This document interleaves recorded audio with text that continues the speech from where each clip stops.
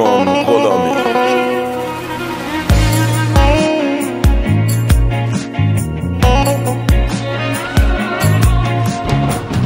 فکرش نباش رفته دلم، گریه نکن بسته دلم.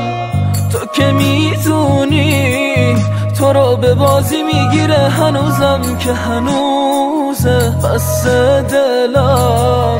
دیگه هیچکی نمونده پای تو بسوزه. تمومش کن دیگه، بریدم از روزایی که به پاش نشستی و یه بارم به چشاش نیومد.